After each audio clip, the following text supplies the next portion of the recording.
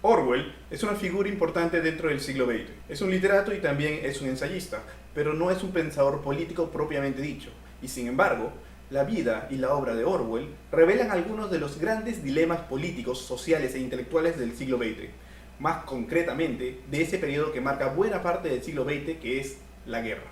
Pero ¿quién es George Orwell? Su verdadero nombre fue Eric Arthur Blair. Nació el 25 de junio de 1903 en una colonia británica de la India. A juzgar por sus propios escritos, específicamente uno muy célebre llamado Such Were the Joys, Orwell vivió una infancia infeliz que se prolonga en una adolescencia también infeliz, hasta que logra ir a la escuela Eton. No porque su familia tenga recursos económicos, en realidad no los tiene. Entra porque saca una beca, termina sus estudios y decide, cuando no tenía ni siquiera 20 años, irse a Birmania a formar parte de la policía imperial de Birmania. Y de 1922 a 1927, Orwell es parte del aparato imperial británico. Regresa a Inglaterra en 1927 con un odio desarrollado hacia el imperialismo, que se refleja en su primera novela, Los días de Birmania, y en los ensayos como Un ahorcamiento y Matar a un elefante. Son más o menos del 27 al 32 los años donde se convierte casi literalmente en un pordiosero, y es esta parte de su vida la que él relata en el libro Sin Blanca en París y Londres. A comienzos de 1936, Orwell realiza un trabajo periodístico sobre la pobreza de la clase obrera en varias ciudades del norte de Inglaterra. Dicho título se terminará llamando El camino a Wigan Pier. A finales de 1936, Orwell va a combatir en la Guerra Civil Española por el bando republicano. Su experiencia no dura mucho, pero confirma su socialismo a la vez que le hace ver una cara de la Unión Soviética y del estalinismo que no muchos tuvieron la oportunidad de ver. Estas experiencias le sirvieron para escribir Homenaje a Cataluña, libro donde retrata la persecución de stalinistas en Barcelona, para finalmente escapar y regresar a Inglaterra en 1937. 2 años después se inicia la Segunda Guerra Mundial. Orwell no puede servir en el ejército británico por su tuberculosis, así que entra a trabajar a la BBC, siendo el responsable de las transmisiones de la BBC en el sureste asiático. A partir de 1948, Orwell se dedica concretamente a su última novela, que sería 1984, falleciendo el 21 de enero de 1950 en Londres. Entonces, ¿cuál es el contexto del que parte Orwell para escribir 1984? What demon drove you to dream up 1984?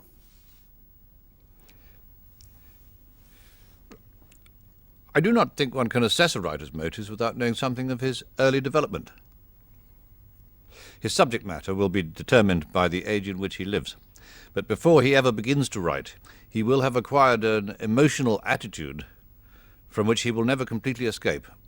Sin duda alguna, es esta la Guerra Civil Española. Orwell llega a Barcelona con una carta de presentación del Partido Laborista Independiente, partido británico de izquierdas, al cual no se afilió hasta volver a Inglaterra, y fue asignado como miliciano al Partido de Orientación Trotskista, POUM, Partido Obrero de Unificación Marxista, autodefinido como marxista revolucionario en oposición al estalinismo. A los pocos meses de haber llegado, una bala le cruza el cuello y tiene que regresar a Inglaterra. Orwell era un hombre de izquierda crítico. Para él, el estalinismo era un totalitarismo que se desvió de los valores revolucionarios de lo que fue la Revolución Rusa. Tenía muchas ideas al respecto de lo que fue y de lo que era la Unión Soviética, y no encontró mejor forma que hacerlo desde la ficción. En 1945 se publica Rebelión en la Granja, una novela satírica y una fábula mordaz sobre cómo el régimen soviético de Stalin corrompió el socialismo. Su rechazo a la autoridad es un rechazo a la opresión, a todo tipo de opresión. Entonces, la vida de Orwell a partir de la década de los 30 es un rechazo y una oposición a los totalitarismos. Could totalitarianism really happen in a democracy like ours? I do not think that the kind of society I describe will arrive, but that something resembling it could arrive, and that totalitarianism, if not fought against, could triumph anywhere. No solamente al comunismo soviético, sino también al fascismo español y al nazismo alemán. En 1946 dijo esto: The Spanish War turned the scale, and thereafter I knew where I stood. Every line of serious work that I've written since 1936 has been written, directly or indirectly, against totalitarianism.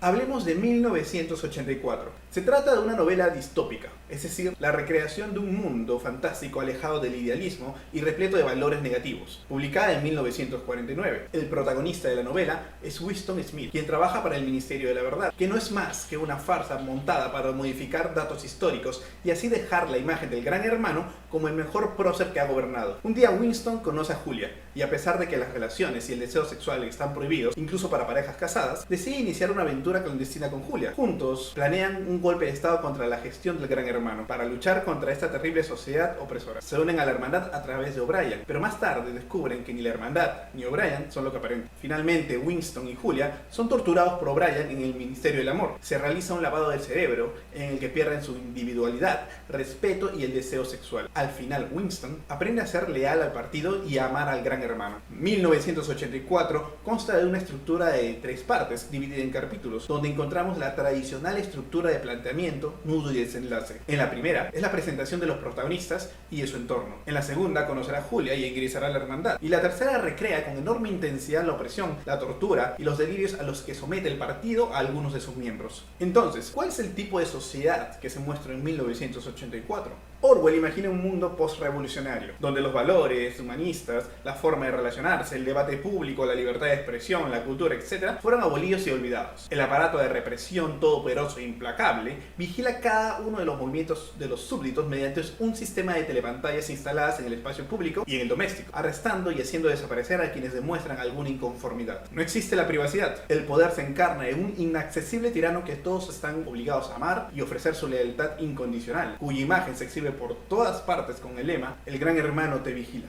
Entonces, ¿cuáles son los temas que se encuentran y se identifican en 1984? La manipulación de la información, la censura, la represión, la vigilancia, la manipulación de la realidad, de la historia, del pasado, la tergiversación de la realidad por medio del lenguaje y la perversión del lenguaje, que en la obra se presenta como la neolengua. ¿Cuáles son las características de los temas encontrados? Bueno, el totalitarismo es un régimen político en el que el poder es ejercido por una sola persona o partido de manera autoritaria, impidiendo la intervención de otros y controlando todos los aspectos de la vida del Estado. La manipulación consiste en una serie de técnicas relacionadas entre sí con las que miembros de un determinado grupo crean una imagen o una idea que favorece a sus intereses particulares. La vigilancia es el monitoreo del comportamiento de personas, objetos o procesos dentro de un sistema. La perversión del lenguaje es la mejor manera para persuadir, para evitar levantamientos y protestas. Se juega con la idea de que el lenguaje usado adecuadamente corrompe el pensamiento. El objetivo de la neolengua orwelliana no era crear un pensamiento, sino establecer un canal ideológico.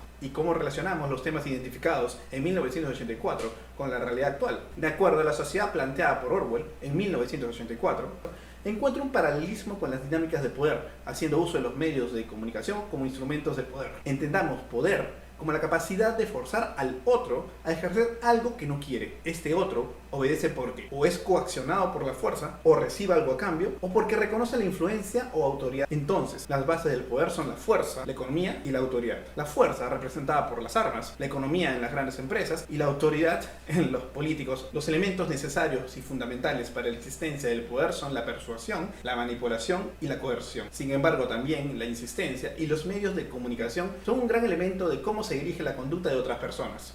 Actualmente, cada organización, colectivo o movimiento tiene una agenda política bajo el brazo que se impulsa a través de campañas manipulando la información, creando fake news en redes sociales o levantándose como los dueños de la verdad y de la moral, ajusticiando a todo aquel que no piense como ellos dictan. También, lo más parecido a la hermandad presentada por 1984 en la sociedad actual son las luchas de ciertos colectivos desfavorecidos que, en realidad, buscan estar dentro del poder. Prueba de ello son los numerosos grupos de activismo que suelen estar auspiciados por un partido político o una empresa multinacional. La corrección política se utiliza para describir el lenguaje, las políticas o las medidas destinadas a evitar, ofender o poner en desventaja a personas de grupos particulares de la sociedad. Desde finales de 1980, el término se ha referido a evitar el lenguaje o el comportamiento que puede verse como excluyente, marginador o insultante de grupos considerados desfavorecidos o discriminados. Así termina esta exposición sobre las características encontradas en 1984 y su similitud con ciertas problemáticas actuales que suceden. Termino esta exposición con un mensaje de Orwell que decía: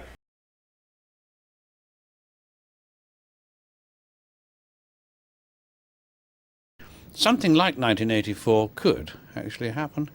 This is the direction the world is going in at the present time. In our world, there will be no emotions except fear, rage, triumph, and self-abasement. The sex instinct will be eradicated. We shall abolish the orgasm. There will be no loyalty except loyalty to the party. But always there will be the intoxication of power. Always, at every moment, there will be the thrill of victory, the sensation of trampling on an enemy who is helpless. If you want a picture of the future, imagine a boot stamping on a human face forever. The moral to be drawn from this dangerous nightmare situation is a simple one. Don't let it happen. It depends on you.